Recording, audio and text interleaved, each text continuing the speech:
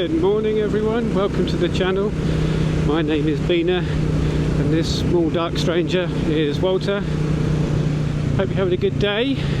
It is Sunday, 10 AM. It looks a bit gloomy. Should we get the weather report out the way first?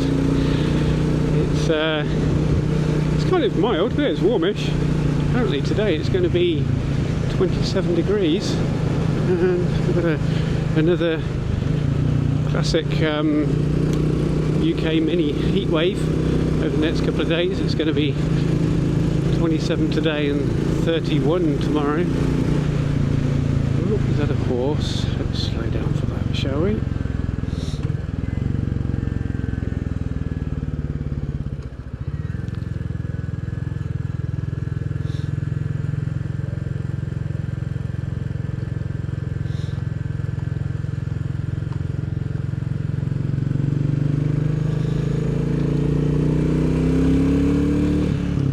But yeah, it doesn't look at the moment like it's going to be 27 degrees. It's pretty gloomy. In classic Beena fashion, I've popped my smoke visor on, so it looks even gloomier. It might not actually be that gloomy. It could just be my smoke visor making it to look darker. It's quite cloudy, isn't it? Anyway, that's the weather report. We're done with the weather report.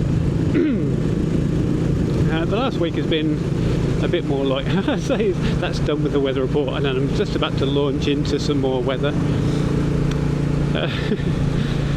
Last week in where I live, it was a bit more of your classic English summertime. It was overcast, a little bit drizzly on occasion, and around about 21 to 24 degrees.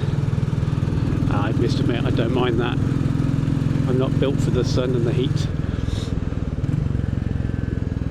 Oh yeah, of course it's Sunday, so there's going to be lots of people out on bikes, isn't there? Of the pedal variety.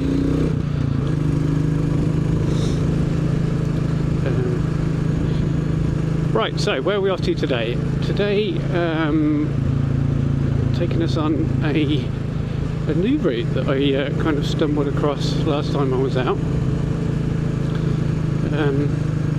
Which heads over to Millbrook, which some of you may find familiar.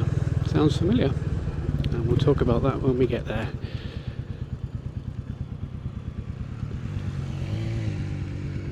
Okay, thank you. But yeah, this is a nice little route that I happened upon when I was exploring. When I was out on Friday.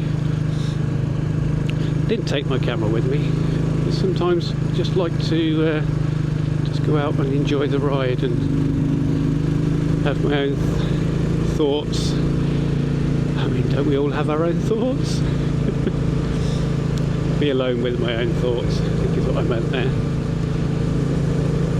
A shame though, because it was a lovely day, really sunny, so it would have made a good video, but never mind.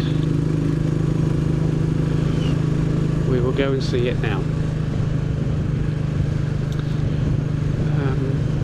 My video last week, I spoke about my experiences with autism, and it was really nice to see in the comments other people who have had similar experiences in their lives, but who haven't been formally diagnosed as being neurodivergent. But now some of them are going to explore it, which is really great. I'm really pleased that me sharing how batshit crazy I am at times has potentially helped some other people look into that. And like I say to people, when I talk to them about autism, and they think that maybe they may be neurodivergent, I always say to them, well, you should definitely explore getting an official diagnosis, because if for nothing else, it kind of gives you peace of mind just to understand why you are how you are.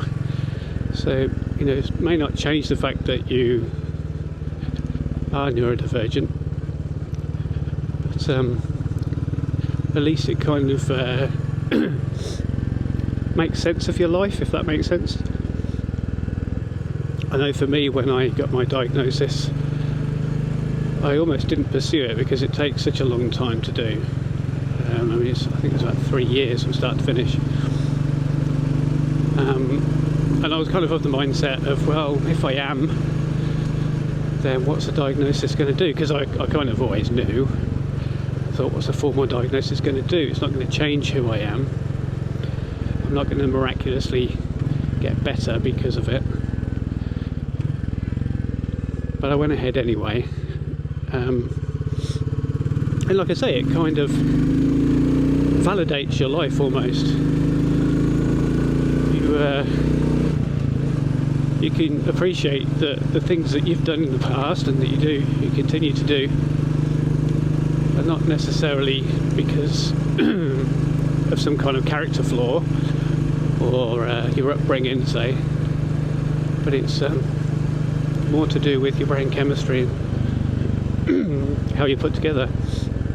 Sorry, excuse me, coughing all the while. It's I've got nuclear grade, weapons grade hay fever again. Look at this road, isn't this wonderful little avenue down here? So yeah, if those people who commented, then please do see about getting yourself a diagnosis. Because like I say, it does help you figure yourself out somewhat.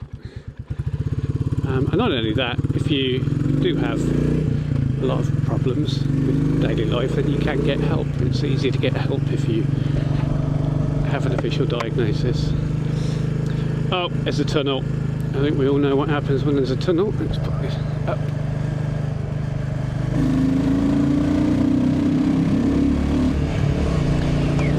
Love to be a tunnel. But yeah, so thank you everyone for commenting on that. It's nice to hear your support and hear your experiences. I actually I manage a small team. One of the members of my team I'd worked with previously, and he's a really good worker when he wants to be. But he has always had tricky relationships with people that he works with, and he kind of got a bit of a reputation for being a bit difficult, being a bit volatile, etc. And we had a bit of an issue one time. He has a tendency to rant uncontrollably at you if he's been told off, or it sounds like the way child, but you know what I mean, if he's been pulled up on something that he hasn't done or should have done. Where am I going? Carrying on this way, oh, it's, yes, okay.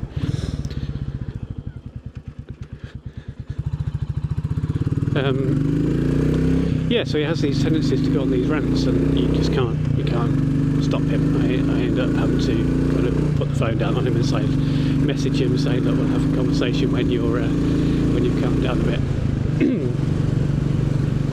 So yeah, we'd had this discussion. We'd had this little problem, and afterwards we spoke. We had quite a frank conversation, and I said to him, I'm going to ask you this, and I'm sorry if it offends you in any way, but I'm autistic, and have you ever been diagnosed as having neurodivergency? Because I see a lot of myself in you, a lot of the behaviours that you exhibit, I see myself, and I'm just curious, because I want to be able to help you if you are. And he said that he wasn't, or he hadn't been diagnosed, but I wasn't the first person to ask him that. And that Where am I going? Yes, that way. And quite a long, open and in-depth conversation followed, where we talked about his experiences when he was younger, his experiences with his family, experiences that he'd had with relationships with other people and colleagues. And all through he was kind of saying, oh, no, I don't think I am, I don't think I am. It's just this, this and this. And every time he explained something, I kind of chuckled and had to say, look, I'm not laughing at you. It's just that what you're describing is autism in a nutshell. I mean, that's exactly how I am. That's exactly the experiences I've had. And he was kind of reticent about it at first. He was like, well, I'm not sure. But then I started describing things about myself. And at this point, I don't think that he knew that I was autistic until I said to him. So I started telling him stuff about me, and he was like, oh yeah, God, I did that as well, yeah, oh right, yeah, that's me as well. So I said to him at the end, look, I think you are, and I think that's why you have difficult relationships with people at work. I suggest that you go down here. Yeah, oh bollocks, wrong way. Okay. Oh no, down here. So yeah, I said, look, I suggest you pursue this. Initially, do some self-assessment. You can do some tests online. There's some very good clinically backed tests that you can do online, and then see what those come out like. And then if they show that you have a tendency towards the autistic side of the spectrum, then maybe look into it further. And he was like, okay, yeah, well, maybe. So I sent him some links to some tests, left him to it, and knowing what he's like, that once you give him something interesting to look at, he'll grab it with both hands and go at it. He came back to me quite quickly, and he was like, oh, okay, yeah, so I have scored quite high on these. I was like, yeah, no shit. And he said, that also explains a lot about my father as well, because I think that he is too, because he displays all of these things. I'm like, oh, okay. So I said, well, you should get it formally looked at. And he was a bit reticent about that.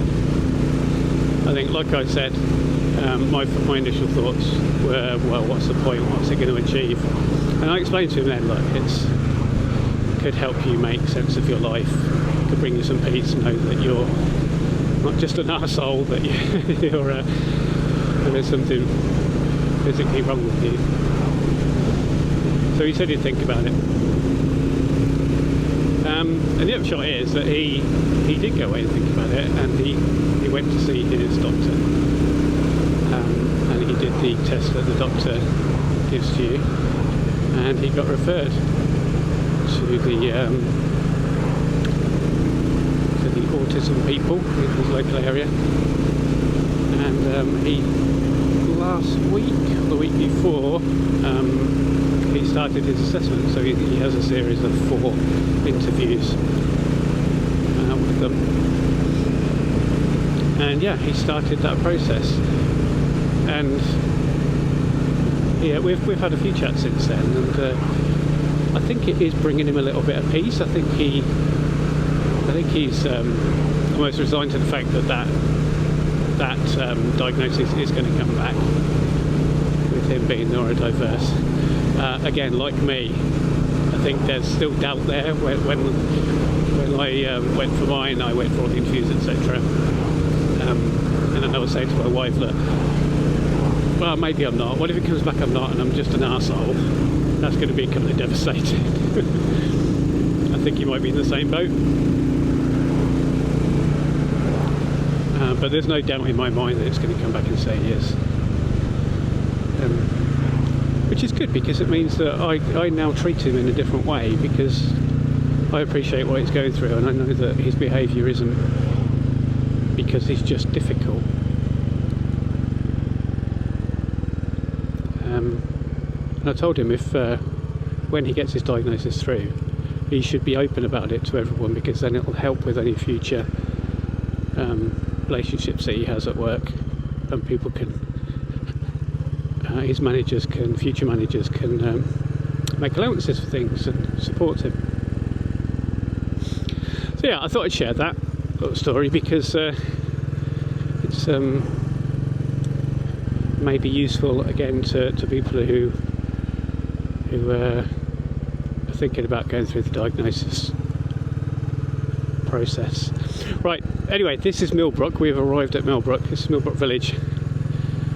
In Millbrook is a place called the Millbrook Proving Ground, which you may or may not be aware of, and it is basically a big testing facility for cars.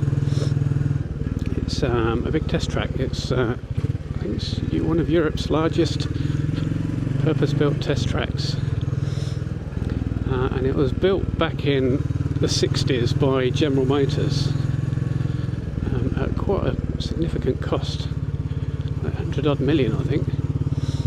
And it was done for their, I think it's their Vauxhall and Bedford marques that they had at the time to test those out.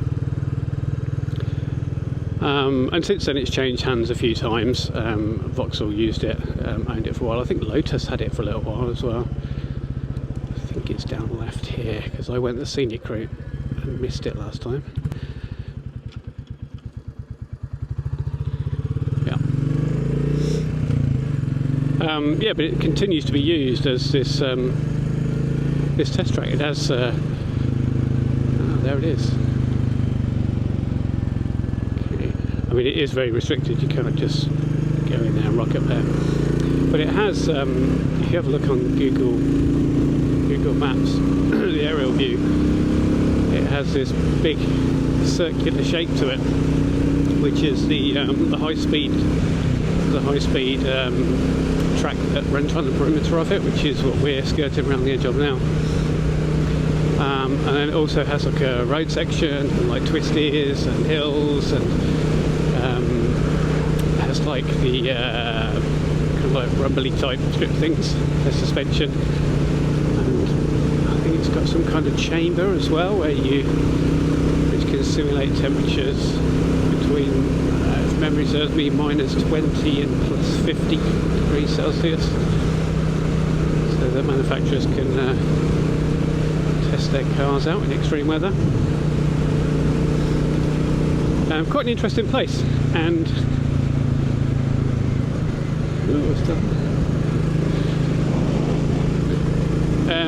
made famous for a couple of reasons. I mean, Top Gear have used it in the past, various things, and I think most famously it was used for the Casino Royale Bond film with Daniel Craig.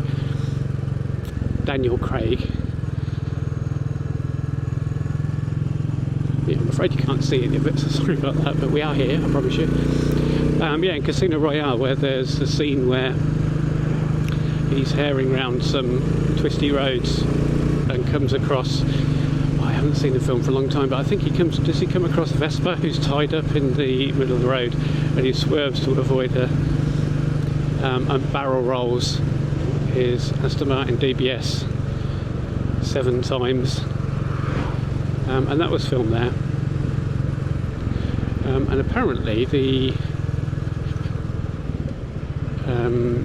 what they were going to do, they were going to roll it like a few times, but they tried with little ramps, but they couldn't get the Aston to roll over, which is, I guess, is a testament to to their stability. Even though they used quite a steep ramp for it, they could not get it to roll over, so they ended up using the old pneumatic piston method that they use in films to fire a big kind of piston, I think it used to be like a log or something, didn't it? But maybe a big metal tube at the bottom of the car, which flips it over.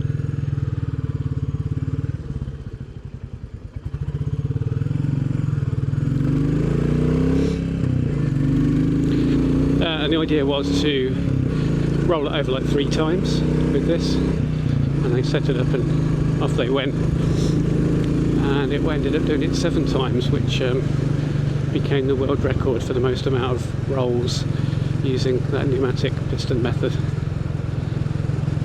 there you go. And apparently they use squirrel, cheese, squirrel, suicidal squirrel.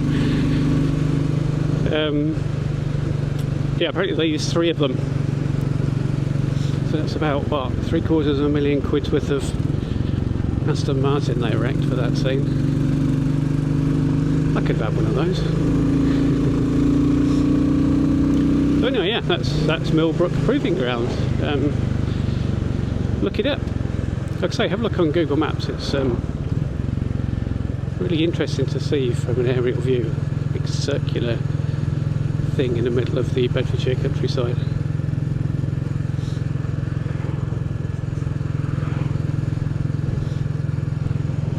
God, I haven't been down here for years. I came down this route when I last had my bikes back 15 years ago. It's a nice little route.